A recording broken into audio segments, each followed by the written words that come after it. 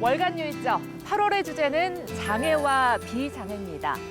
얼마 전 자폐 스펙트럼 장애를 가진 변호사를 주인공으로 한 드라마가 많은 시청자들의 사랑을 받았죠. 우리 사회에 만연한 장애인에 대한 편견과 선입견을 되돌아보게 했다는 호평을 받았는데요. 드라마의 실제 사례인 미국의 헤일리 모스 변호사를 뉴스가 있는 저녁 제작진이 직접 인터뷰했습니다. 먼저 만나보시죠. Hi, everyone. My name is Haley Moss. I'm from Miami, Florida, USA. I am an author, I am an attorney, I am an artist, and I'm also autistic.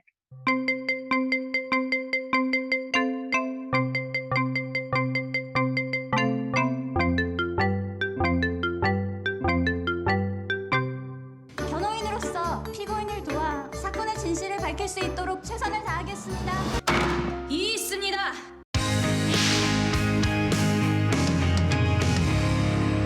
Hello, Haley. I'm Hibam Kwon, TV producer of YTN. Hi, thank you so much for having me. It is truly an honor to be here. You know, nowadays, the Korean television series Extraordinary Attorney Woo is a hot topic. Have you seen this series? I have. I've been watching it with my family, and we all are enjoying it.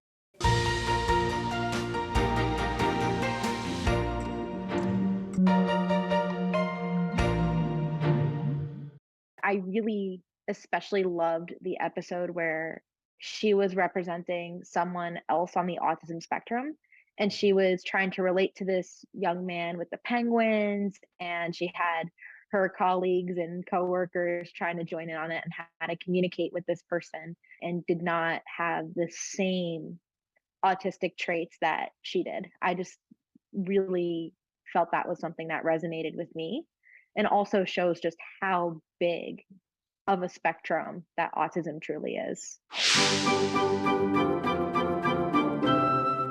I do feel like we have a lot in common. She's someone who needs to have a routine every day, and she eats the same thing every day. That's me. She is someone I would want to be friends with. Just like in the drama, I did very well in school. I went to university, I went to law school, but the things that are hardest for me are still sometimes communicating with people, making friends, socializing.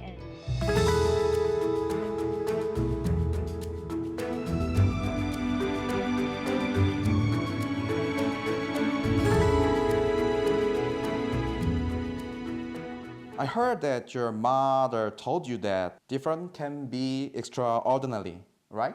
And my mom told me that different is not better, not worse. It's just different, and different can be extraordinary.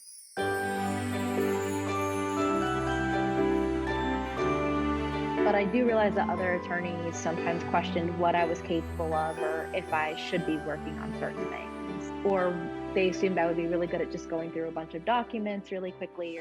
If you have anything to say to non-disabled people in Korea, could you tell us?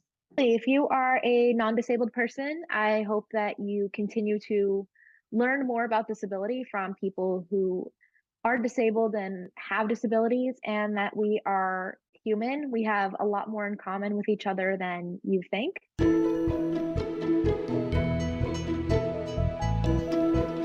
And I think that's usually something that surprises people is I want to feel loved, I want to feel successful, I want to be happy, I want the same dreams that you probably have.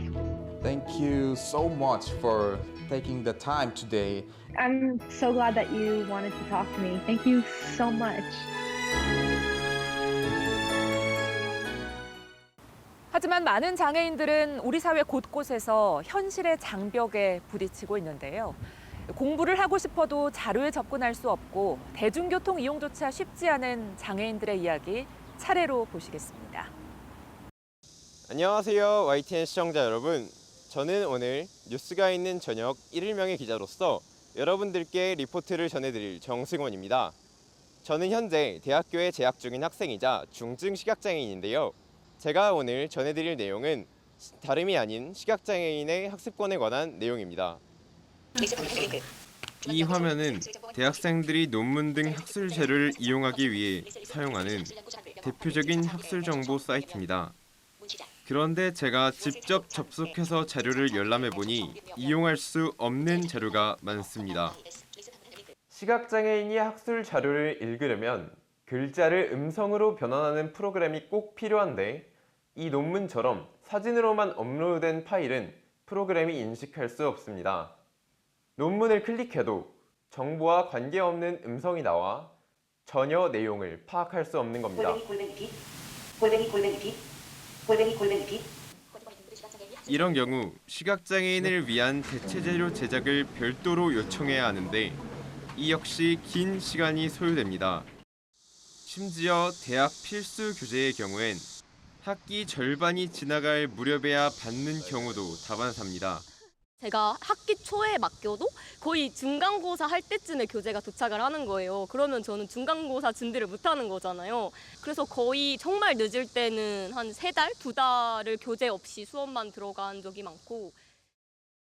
음성 변환 등 장애인들이 이용할 수 있는 대체자료 제작률은 지난해 기준 전체 도서 출판량의 15% 정도, 시중에 출판되는 책 10권 중 1-2권 정도만 장애인들이 문제없이 읽을 수 있는 겁니다. 미국, 영국, 일본 등 선진국과 비교해봤을 때 턱없이 작은 수치입니다. 장애인들을 위한 대체자료를 제작하는 국립장애인 도서관에 찾아가 봤습니다. 확인해보니 출판사가 장애인 도서관에 제출한 자료 가운데 쉽게 대체자료로 변환이 가능한 자료는 전체의 63% 정도였습니다. 나머지 40% 정도는 직접 수작업으로 자료를 만들어야 하는 상황입니다. 저작권을 이유로 원본을 제공하지 않는 경우가 많다는 게 주된 이유입니다. 오탈자 해야 되거나 또 스캔해서 자료를 수작업으로 많이 고쳐야 되기 때문에 제작 기간들이 상당히 길 수밖에 없고. 학술 정보 사이트를 운영하는 한국교육학술정보원에도 문의해봤습니다. 학술정보원은 대학 등 제공기관에 대체자료 변환이 가능한 파일 형식으로 자료를 올리도록 안내하고 있지만 강제할 수 있는 규정은 없다고 설명합니다. 또 정보원 자체적으로 파일을 변환하려면 인력과 예산이 더 필요하다며 현실적인 어려움을 토로합니다. 정부가 적극적으로 나서 문제를 해결해야 한다는 지적이 나옵니다. 대체 자료를 제작해 줄 수 있는 제작 인력을 확충해야 되는데 이런 특수한 영역에 대해서 시장에서 해결할 수 없는 그런 영역에 대해서는 국가가 좀 더 적극적으로 나서줘야 된다. 현행법은 시각장애인에게도 비장애인과 똑같이 정보가 제공돼야 한다고 규정하고 있지만 현실은 다릅니다. 저와 같은 시각장애인들은 언제쯤 평등한 학습권을 보장받을 수 있을까요? YTN 1일 명예기자 정승원입니다. 밖으로 나가는 엘리베이터 한번 타고 1층입니다.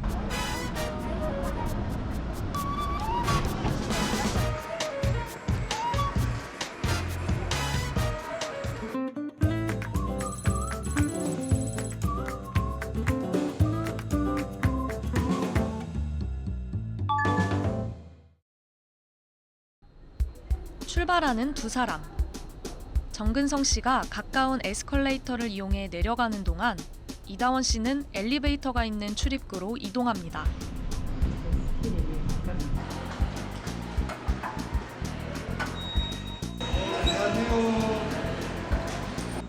영무원으로 출해 리프트에 오르는 다원 씨.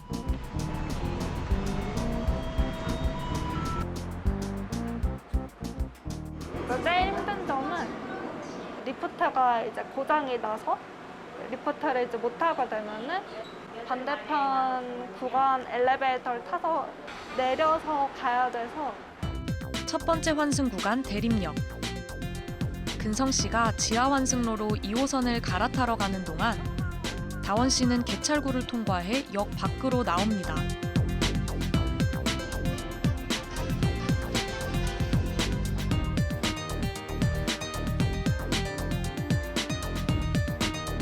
상가가 밀집한 거리를 5분 정도 지나자 끝이 보이는 환승. 천천히 갈까요? 아니, 괜찮아. 여기 경로가 길어가지고. 버스를 타기 위해 내린 당산역. 처음 이용하는 역은 나가는 것부터가 난관입니다. 아, 이거는 2호선으로 가는 엘리베이터예요. 저거 아닐까요? 이거는 합정으로 가는 그 2호선 엘리베이터인 것 같아요. 한참을 두리번거리다 개찰구를 나오자 안내도가 보이는데 여기도 엘리베이터 표시는 없는 거고. 여기는 없을까요? 휠체어에 앉은 다원 씨의 시선에선 발견이 어렵습니다. 여기 위에 있어요.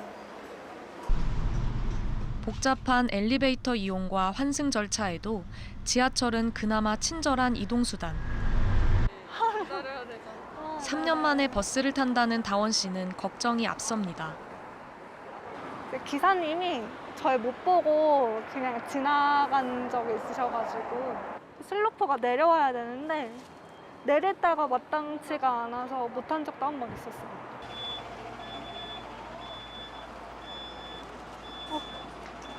다행히 별탈 없이 버스에 오르지만 감사합니다. 바람이 지나가야 되니까. 네네. 내부가 좁아 휠체어 위치 잡기가 쉽지 않습니다. 네. 네네. 네. 네.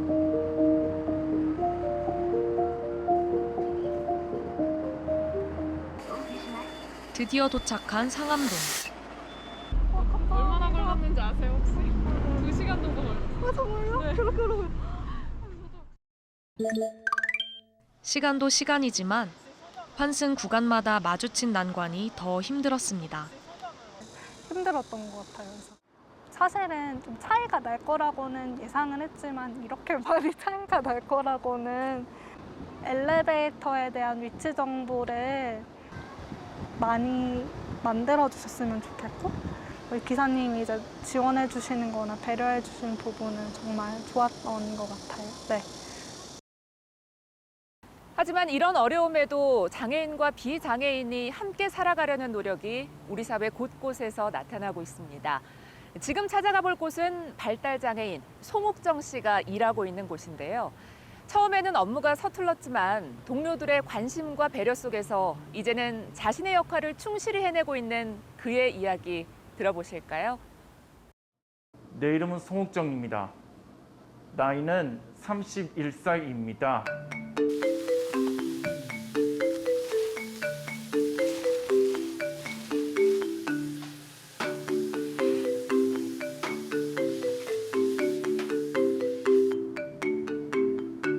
환경미화요. 먼저 3층 화장실에 바닥 닦고 그리고 또 변기도 닦고요. 맨 마지막은 쓰레기 줍고 버리고요. 봉투에다 넣어서요. 이제는 YTN이네요. 그런데 이거 이미 닦았는데요. 그런데 왔다 갔다 하다가 발자국 생겨서 또 닦았어요. 처음에 갔을 때 당황스러운 일들이 되게 많이 있었어요. 화장실 청소해야 되는데 직원들이 쓴다고 그러면 못 들어오게 하는 거예요. 아직 깨끗하지 않다는 거예요. 이제 그런 일들을 몇 번 겪고 나니까 지금은 쓰겠다고 하면은 먼저 쓰십시오. 제가 기다리겠습니다. 이렇게 하고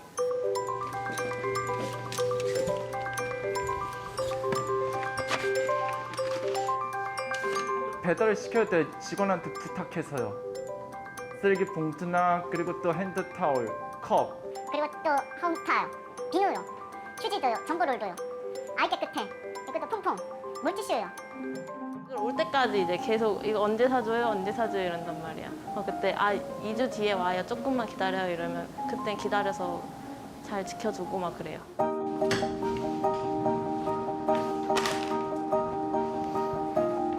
이거 더러워진 거 닦아야 돼요. 쓰레기통만요. 비장애인 분들보다도 더 꼼꼼하고 빠짐없이 이렇게 하다 보니까 그런 부분들에 서로 좀 신뢰가 더 쌓이고 있는 것 같습니다. 옥정 씨가 혼잣말도 되게 잘해요. 우리 그냥 청소하면서 콧노래 부르는 것처럼 저 사람 그냥 청소하면서 혼자 그냥 말을 하는구나.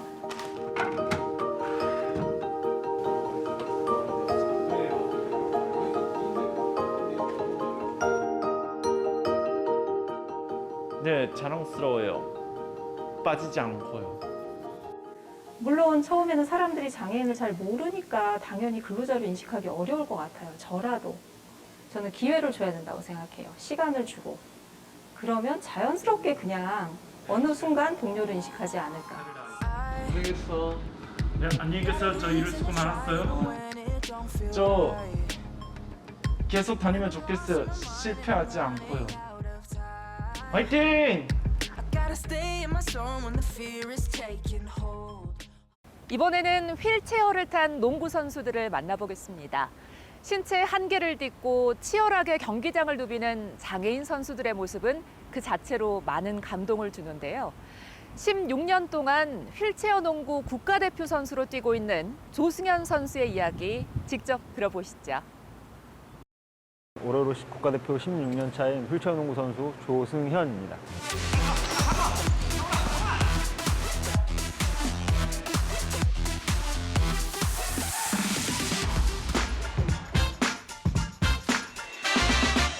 말 그대로 휠체어를 타고 하는 농구죠. 더블 드리블이 없는 거. 그것 빼고는 모든 코트의 규격, 또 농구의 규칙 다 동일하게 사용하는 일반 농구와 똑같다고 볼 수 있죠. 휠체어 농구를 시작하고 나서 경기 휠체어를 처음 타고 패스, 슛, 드리블, 휠체어 조작 이 모든 걸 다 두 손으로만 해야 된다는 게 정말 힘든 일이었죠. 물집이 잡히면 터뜨려서 또 물집 잡히고 반복을 하다 보면 굳은살이 생기는데 선수들 손 보면 뭐 국내뿐만 아니라 모든 스포츠를 통틀어서 아마 손에 굳은살이 가장 많을 거예요. 14년에 인천에서 아시안게임이 열렸었는데 그때 저희가 한 번도 이기지 못했던 이제 일본을 누르고 이제 금메달을 땄어요.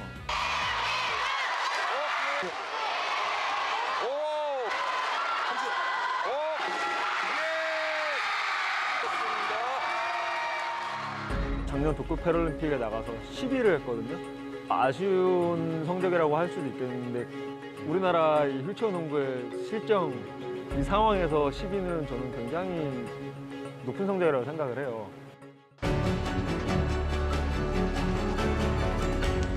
우리나라는 휠체어 농구 대회 하면 관중이 없어요. 운동선수는 관중이 있어야 이제 존재를 하는 거거든요. 팬이 있어야 존재하는 거고. 지금 국내 실업팀은 단 3개 팀밖에 없어요.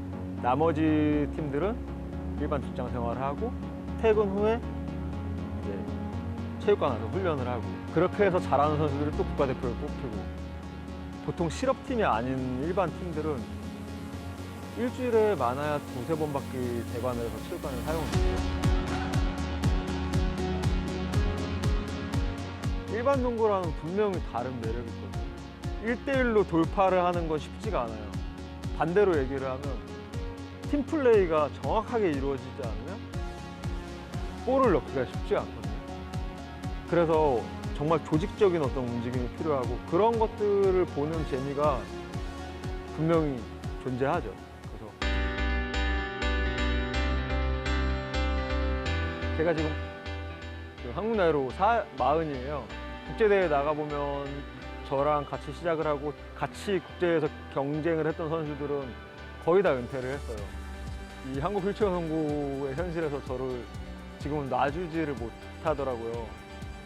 워낙 저변이 얇기 때문에 치고 올라오는 후배들도 없고 저변이 넓어져서 제가 빠른 시일 내에 이제 은퇴하는 게 제 꿈입니다.